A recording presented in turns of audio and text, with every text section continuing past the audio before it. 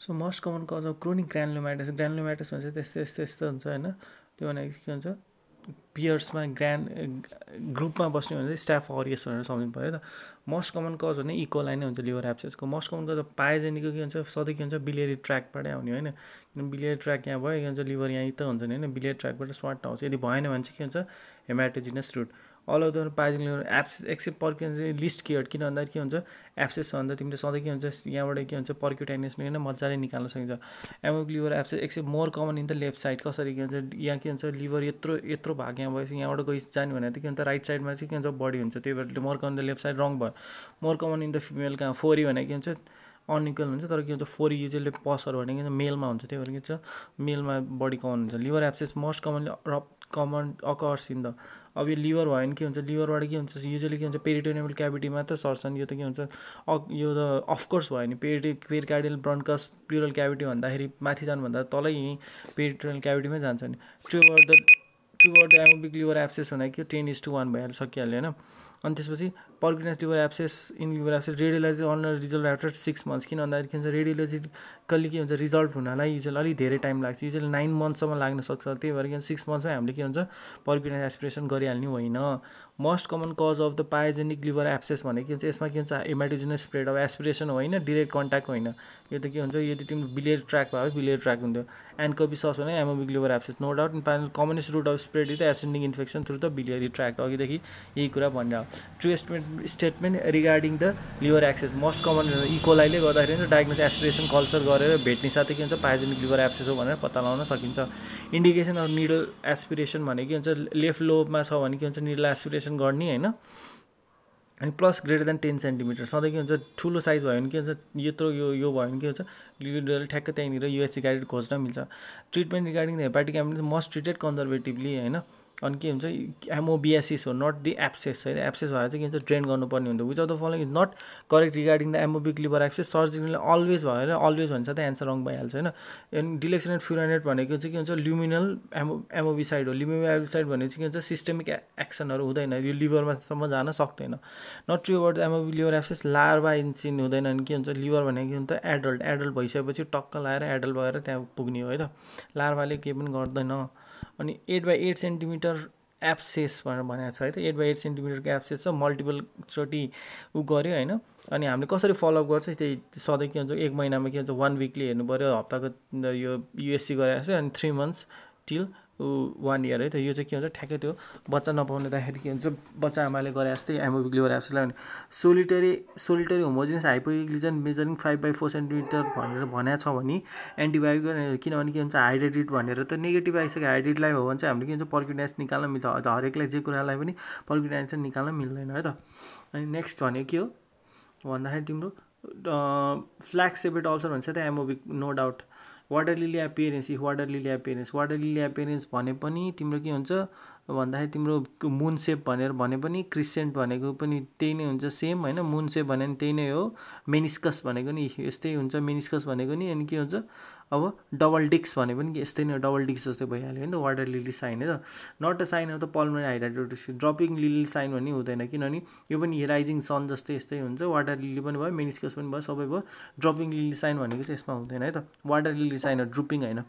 अनि अब hydrate liver syndrome never भन्ने साथै के हुन्छ एन्सर रङ भइहाल्छ है त। Not an indication for the PAIR in the treatment of the hepatitis cyst भनेको के हुन्छ भन्दाखेरि सिस्ट इन द लङ भयो अथवा पर्फोरेटेड फुटिसकेपछि हामीले पियर युज गर्दै गर्दा खोल्नै पर्ने हुन्छ। रिकरेन्स आफ्टर सर्जरी अथवा मल्टिलोकेटेड यस्तो मल्टिलोकेटेडमा पनि के हुन्छ तान्न मिल्दैन। क्याप्टेनाइज भनेको चाहिँ हाइड्रेटेड सिस्टकै लागि हो होइन। अनि एब्डोमिनल डिस्कम्फर्ट छ डिस्पेस पाल्पेबल मास भन्छ त के हुन्छ अब तिम्रो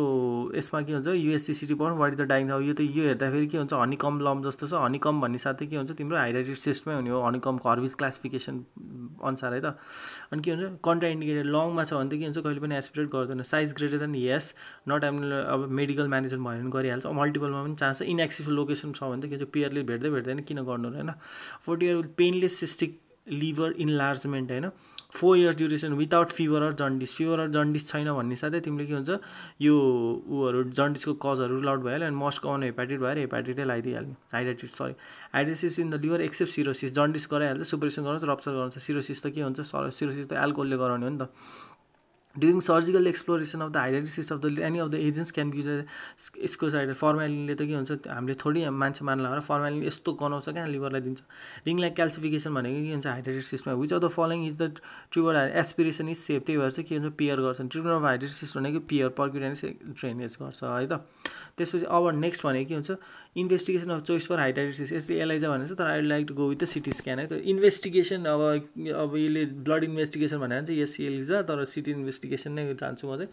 management medical management hydatidosis is indicated multiple पेरिटोनियममै भएपछि त you must have to go for तर मेरो मोर्बिड पेसेन्टमा पनि प्लस माइनस पियर गर्न सकिन्छ इन्फेक्टेडमा निकाल्नै पर्छ प्रेग्नेन्सीमा पनि के हुन्छ केमोथेरापी इज कन्ट्राइन्डिकेटेड त्यही भएर के हुन्छ हाइड्राइटिस दिँदा त्यसैले सी भनेको छ 60% भयो malignant hydatidosis is cause by the मल्टिलोकुल्यारिस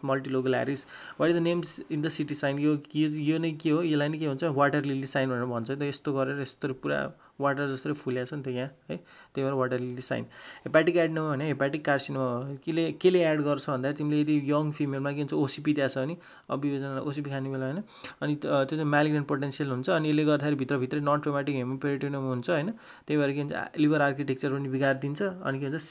single डोजमा त खान्छ नि त ओसिपी होइन त्यही भएर सिङ्गल सम्झिनु पऱ्यो हेपाटिक आर्किटेक्चर इज मेन्टेन यो चाहिँ हुँदैन लिभर हेपाटिक आर्किटेक्चर डिस्टोर्टेड गरिदिन्छ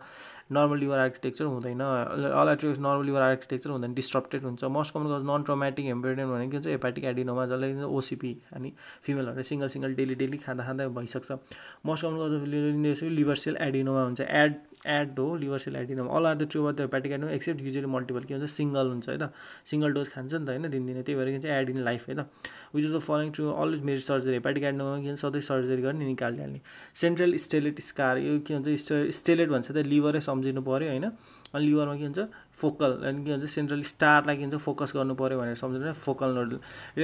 given below focal nodular hyperplasia अनि के हुन्छ all treatment FNH except OCPs not frequently associated with OCPs किन भन्दाखेरि ओसिपिज भनिसक्दा के हुन्छ एड इन लाइफ भनिसक्दा हेपाटिक एडिनोमा भनेर फोकल भन्दा surgical research is required due to the रिक्स अफ युजल म्यालिग्नेन्सी हुँदैन म्यालिग्नेन्सी फोकल हाइपरप्लेजिया हो हाइपरप्लेजियामा म्यालिग्नेन्सी हुँदैन अनि true regarding the focal more common in the young woman S the OCPs हुन्छ men present abdominal accident may aid in the diagnosis यो त हुन सकिहाल्छ सिमिल्यारिटी भनेको के हुन्छ अल एक्सेप्ट के हुन्छ हेमोपेरिटोनियम इज कमन त्यस्तो हुँदैन एफएनएचमा के हुन्छ एफएनएचमा चाहिँ के हुन्छ हेमोपेरिटोनियम हुँदैन के अरे कमन हुन्छ त्यो चाहिँ के हुन्छ थाहा नै नपाइकन के हुन्छ हेमोपेरिटोनियम हुने खालको भयो अनि त्यसपछि अर्को भनेको के हो भन्दाखेरि which one of the following hepatic lesion can be diagnose with high accuracy using nuclear imaging अब न्युक्लियस हेर्नु पऱ्यो नि न्युक्लियस यो भित्र न्युक्लियस हेऱ्यो नि त्यही भएर के भन्छ एफएनएच भयो यसको एन्सर एफएनएच न्युक्लियस हेरेको भएर है त त्यसपछि आयो 53 पछि 54 नम्बरमा के होला त भन्दाखेरि all are true regarding liver hemangioma except common congestive heart failure is common अब हेमान्जियोमा भनेको चाहिँ के हुन्छ पोर्टल भेनमा पनि हुनसक्छ जहाँ पनि हुनसक्छ नि होइन त्यही भएर के हुन्छ कन्जेस्टिभ हार्ट फेलियर गराउँदैन हेमान्जियोमा त्यति खतरनाक पनि भन्नु मोस्ट कमन बिनाइन ट्युमर हो हेमान्जियोमा होइन चिल्ड्रेनहरूमा नोडुलर इन्हान्समेन्ट भन्ने साथै के हुन्छ इन्हान्समेन्ट भन्छ त एन्जियोजेनेसिस हुनु पऱ्यो होइन एफएनएचमा हुँदैन फोकल भने अब यसमा के हुन्छ नोडुलर पनि भनेको छ त्यही भएर के हुन्छ मोस्ट कमन त के हुन्छ हेमान्जियोमा हो त्यही भएर will go with the hemangioma hepatocellular carcinoma पनि हुन्छ तर हेपाटोसेलुलर पनि हुन्छ मल्टी नोडुलर हुन्छ है त अनि most common nodule found in the liver भन्छ त के हुन्छ हेमान्जियोमा भएको भएर अघि नैको पनि हेमान्जियोमा विच द कमन इन्सिडेन्टलमा भनेको हेमान्जियोमा हो है त किनभने हेमान्जियोमा इज हाइली भास्कुलर त्यही भएर haemangioma most common liver tumour भनेको के हुन्छ haemangioma solitary hypoechoic lesion without septa भनेको just go for simple cyst होइन विदाउट सेप्टा केही पनि छैन just simple cyst except simple cyst छ कसरी ब्लिडिङ किन हुनु पऱ्यो सिम्पल सिस्टले के हुन्छ ब्लिडिङ गर्दैन होइन बेस्ड अन द युएससी के हुन्छ यो सिम्पल सिस्ट छ केही पनि छैन होइन treatment of the choice for simple cyst भने डिरोफिङ गर्ने या त के हुन्छ पोलिसिस्टिकलाई पनि के हुन्छ डिरोफिङ गर्यो आनन्द भयो है त अनि त्यसपछि पोलिसिस्टिकलाई किन आनन्द भयो भनेर भन्दाखेरि चाहिँ यो क्वेसन आएको छ त्यही भएर पोलिसिस्टिकमा के हुन्छ भनेको है त अब नेक्स्ट भनेको के होला त हेपाटोसेलुलर रिस्क फ्याक्टर्स एक्सेप्ट अब के भन्छ एचबी अल्कोहल तिनटै हो अब डायग्नोसिस बाई एक्सक्लुजन गर्ने हो भने पनि यो त अभियस एन्सर आउँछ which is the following most significant increases in HCC भनेर भनेको हो यस एचबिबी हेपाटाइटिस बीले गरिहाल्छ यो पनि के हुन्छ अभियस एन्सर भयो true regarding none regarding risk factor यो पनि के हुन्छ अभियस एन्सर भयो ट्युमरमा एएफपी के हुन्छ यो त अभियसली मिलाइहाल्छ होइन high risk population HCC based by USC किनभने स्क्रिनिङको लागि all are true word AFP except not detained after hepatic resection गरेपछि एएफपी त घट्नै पर्छ घटेन भने के हुन्छ त्यहाँ रिकरेन्स भएको भनेर बुझ्नु पऱ्यो त्यही भएर के हुन्छ एक्सेप्ट है त not return to normal returns to normal AFP is elevated in hepatocellular carcinoma hepatoblastoma दुइटै भइहाल्यो अकुडा स्टेजिङ कन्टेन्ट्स अकुडा भनेको के हुन्छ अकुडा के हुन्छ बासा भन्दो रहेछ अकुडालाई बासा भन्दो रहेछ बेलेरुबिन एसाइटिस अनि के हुन्छ ट्युमर साइज हुन्छ त एएफपी हुँदैन त्यसपछि what the most probable diagnosis based on this अब बेस्टमा के हुन्छ यो यसले हेर्दाखेरि